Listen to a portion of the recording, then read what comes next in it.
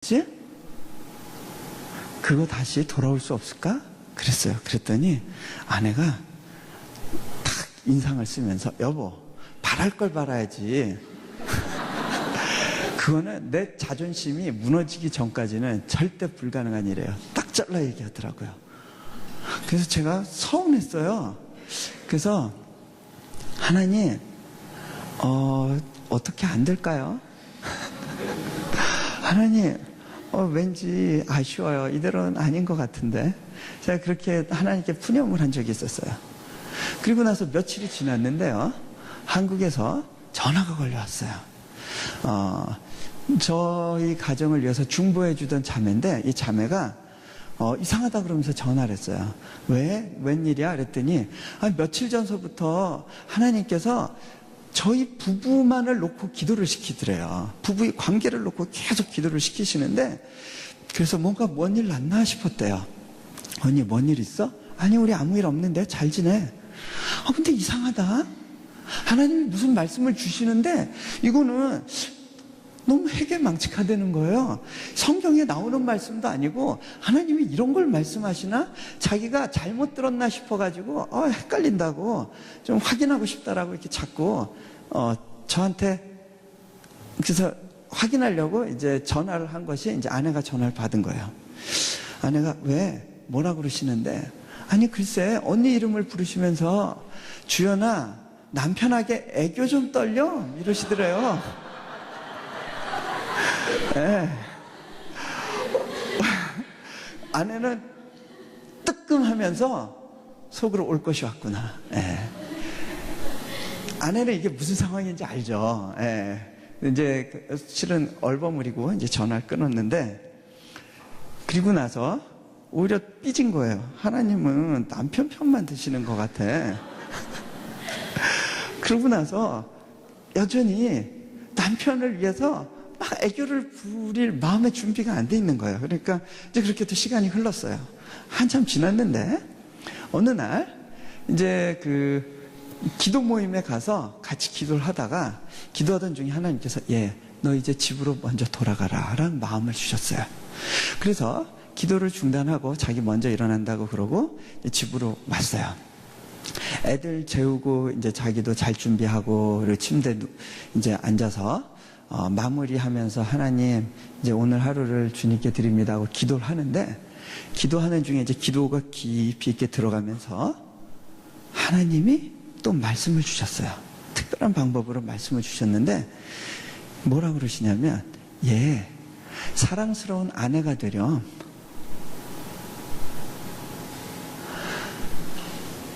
하나님께서요, 부부가 침대에서 은밀히 나누는 이야기를 들으시고 관심을 표현하시는 거예요.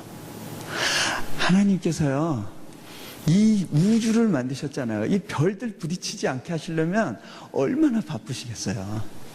그리고 이 세계 평화를 위해서, 인류 복음화를 위해서 얼마나 세계 도처에서 바쁘게 일하세요.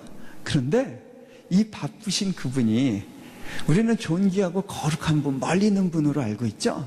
그런데 그분이 우리 부부간에 있는 그 작은 그 한 남자의 소원에 대해서 관심이 있으시다는 거예요. 왜?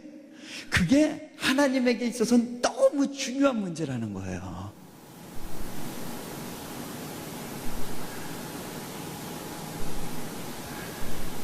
하나님의 우선적인 관심이 거기에 있대요. 자, 아내가 그 메시지를 듣고 마음이 녹았어요. 아내가 너무 감사했어요. 감사한 이유는요, 하나님께서 너무 센서티브 하시다는 거예요. 여자의 그 예민한 부분을 너무 잘 아신다는 거예요. 뭐냐면, 아내가 사람들 많은 데서 기도 중에 그런 음성을 듣거나 응답을 들으면 불편할까봐. 또 그때는 제가 나가 있었을 때인데, 남편이 옆에 있는데, 남편 얼굴 보고 있는데 그 얘기가 나오면 당황스럽고 부끄러울까봐 아무도 없이 혼자 기도하는 그때 그렇게 조용히 말씀하시는 가운데 하나님이 얼마나 자신의 마음을 섬세하게 배려하시면서 조심스럽게 다가오시는지를 느끼고 감사한 거예요. 자,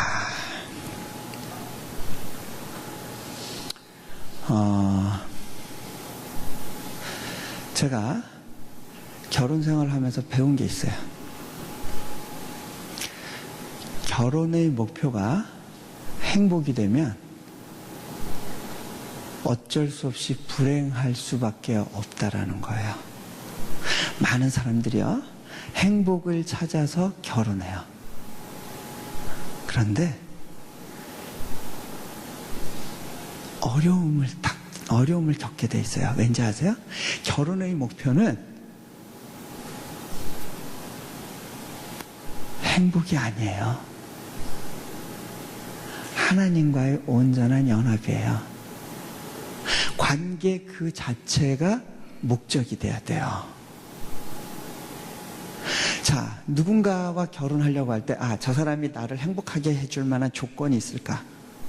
또 남자 쪽에서는 저 사람을 만났을 때 과연 내가 행복할 수 있을까? 조건. 그 조건을 보고 서로 만나잖아요. 어떤 문제가 있는지 아세요? 잘 보세요. 서로가 배가 고픈 거예요. 나는 만족을 누리기 위해서 네가 필요해. 나는 지금 배고파. 배고픈 두 사람이 서로를 바라보고 있으면 어떻게 되죠? 배고픈 사람 눈에는 먹을 거밖에 안 보여요. 상대방이 먹잇감이 돼요. 나는 너를 통해서 만족해야 된다니까. 전쟁이 벌어지게 돼 있어요. 배고픈 두 사람은 싸우게 돼 있어요. 물론 결혼을 하면 온전한 관계를 맺으면 행복해집니다. 하지만 행복은 결과물이지 그것이 목표가 되면 문제가 생겨요. 결혼을 통해서 우리는요, 내가 죽어지는 걸 배웁니다. 연합이 그런 겁니다. 그죠? 연합이 나 잡아먹고 당신이 사십시오입니다. 자, 하나님이 우리에게 아이를 주시는 많은 이유가 있지만 그 중에 한 이유는요, 아이를 통해서 내가 깨집니다. 이 조그만 녀석이 두 사람 사이에 등장하는 그 순간부터 여자들은 내가 그 아이한테 종속되는 걸 느낍니다. 내가 자고 싶은 시간에 잘 수 없습니다. 애가 자도록 허락하는 시간에만 잘 수 있습니다. 그렇죠? 예, 아이한테 묶이게 됩니다. 때로는 그것 때문에 우울증이 오기도 합니다. 왜 그런 어려운 과정이 필요한지 아세요? 아이가 내 맘대로 안 되잖아요. 그걸 통해서 나 중심적으로 사고하던 사람이 타자 중심적으로 생각하고 반응하는 법들에 대해서 배우게 되는 겁니다. 자, 저렇게 아이가 울면 엄마는 매이게 돼 있습니다. 예, 듣고 싶은 말씀 제대로 못 듣고 나가야 됩니다. 그렇죠? 예.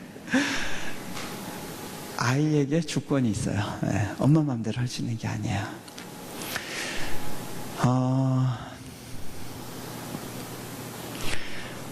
교회도 마찬가지더라고요. 우리가 이민 생활에서 어느 교회가 나를 행복해 하게 해줄까 찾습니다. 그래서 어떤 신문에 보면요, 우리 교회 오면 행복해집니다 라고 광고를 합니다. 그런데요, 나를 행복하게 해줄 교회를 찾으면 실망하게 돼 있습니다. 왠지 아세요? 교회의 일차적인 목표가, 교회 가는 일차적인 목표가 나의 행복이 아니기 때문에 그래요. 물론 교회에 나오면 결과적으로 행복해집니다. 하지만 그것이 목적이 되어서는 문제가 생겨요. 자, 여러분 가운데 역시 이상적인 교회는 없어. 그러면서 여전히 어떤 새로운 교회를 꿈꾸고 있는 분이 있을지 모르겠습니다. 그런데 나의 행복을 원하는 한 우리는 그런 교회를 찾지 못해요. 하나님이 우리를 부르신 목적이 그것이 아닐 수 있어요. 하나님이 우리를 부르신 목적이 성장이라면, 자아 실현이 아니라 성장이라면, 성장을 위해서는 깨어지는 순간이 필요합니다. 자, 제가 그게 결혼을 통해서 배우는 것들이에요. 자, 결혼 생활을 보면요, 이 교회 생활하고 비슷한 부분이 많은데, 어떤 분들은 보면요, 이런 분들이 있어요. 아, 나도 왕년엔 뜨거웠어. 네, 이제 막 새로 교회 와가지고 막 팔딱팔딱 하는 사람들을 보면, 아, 나도 전에 그런 경험이 한두 번 있었지. 네. 자, 이거는요, 그런데 우리가 착각 속에 빠져 있는 거예요. 세상이 주는 거짓말이 하나 있습니다. 결혼에 대한 거짓말은 뭐냐면요, 결혼 안 한 분들 잘 들으세요. 결혼은 신혼 때가 절정이고 그 다음부터는 내리막길이야. 이게 세상이 주는 교훈입니다. 그런데 제 경험으론 그것은 거짓말입니다. 물론 결혼의 굴곡은 있습니다. 하지만 그것이 성장세를 그리지 않는다면 처음부터 문제가 있는 겁니다. 왠지 아세요? 관계는 생명입니다. 생명의 특징이 있는데, 생명은 땅에 떨어져서 싹이 나면 자란다는 겁니다. 성장이 멈췄다는 건 문제가 심각하거나 이미 죽은 상태에 들어갔다는 걸 수 있습니다. 여러분이 결혼 생활이 전보다 더 좋은 모습이 아니라면 여러분은 어딘가에서 무언가를 잃어버린 겁니다. 그걸 찾아야 돼요. 교회 생활도 마찬가지입니다. 나에게 지금 성장이 일어나지 않고 있다면 처음에 낀 단추가 잘못될 수 있었다라는 것을 확인해야 됩니다. 그래서 예수님은 요한계시록에서 말씀하십니다. 너희가 책망받을 것이 있나니. 에베소 교회를 향한 말씀이에요. 에베소 교회는요,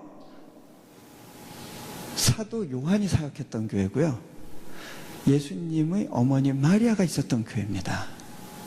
그 교회를 향해서 예수님이 뭐라 그러시냐면, 너희를 책망할 것이 있나니 너희가 첫사랑을 잃어버렸다. 어디서 잃어버렸는가를 다시 찾아서 회복하라고 말씀하십니다. 그것은 책망받을 일이라고 말씀하십니다.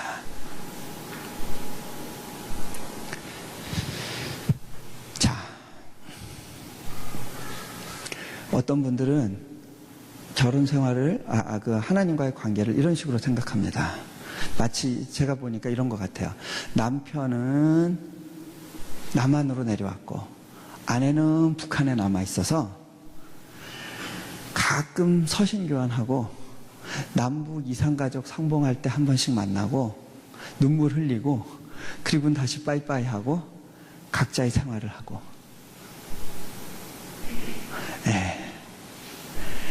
이분들에게 있어서는 결혼 서약하고 도장 찍은 것으로 우리 결혼은 확고해 라고 생각할지 모릅니다. 그런데요, 그런 교리적인 확고함이 중요한 것이 아닙니다. 우리 날마다의 관계 속에서 내가 하나님을 누리고 경험하면서 그 생명의 깊이 속으로 들어가고 있는가가 중요합니다. 여러분이 결혼 생활이 어려운 시기를 넘어갈 때 그것을 넘어가는데 힘이 되어주는 게 뭔지 아세요? 함께 했던 아름다웠던 추억입니다. 여러분이 때로는 메마른 시기를 지납니다. 그 시기를 이길 수 있는 기름이 무엇인지 아세요? 하나님과 함께 했던 관계 속에서의 추억입니다. 그것이 핵심이에요. 자, 여러분들, 남편이 3년 전에 사랑했다고 한번 이야기했으니까 그거 여전히 유효해라고 말하면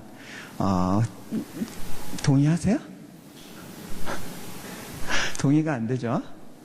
오늘 아침에 이야기했어도 저녁에 다시 듣고 싶지 않으세요?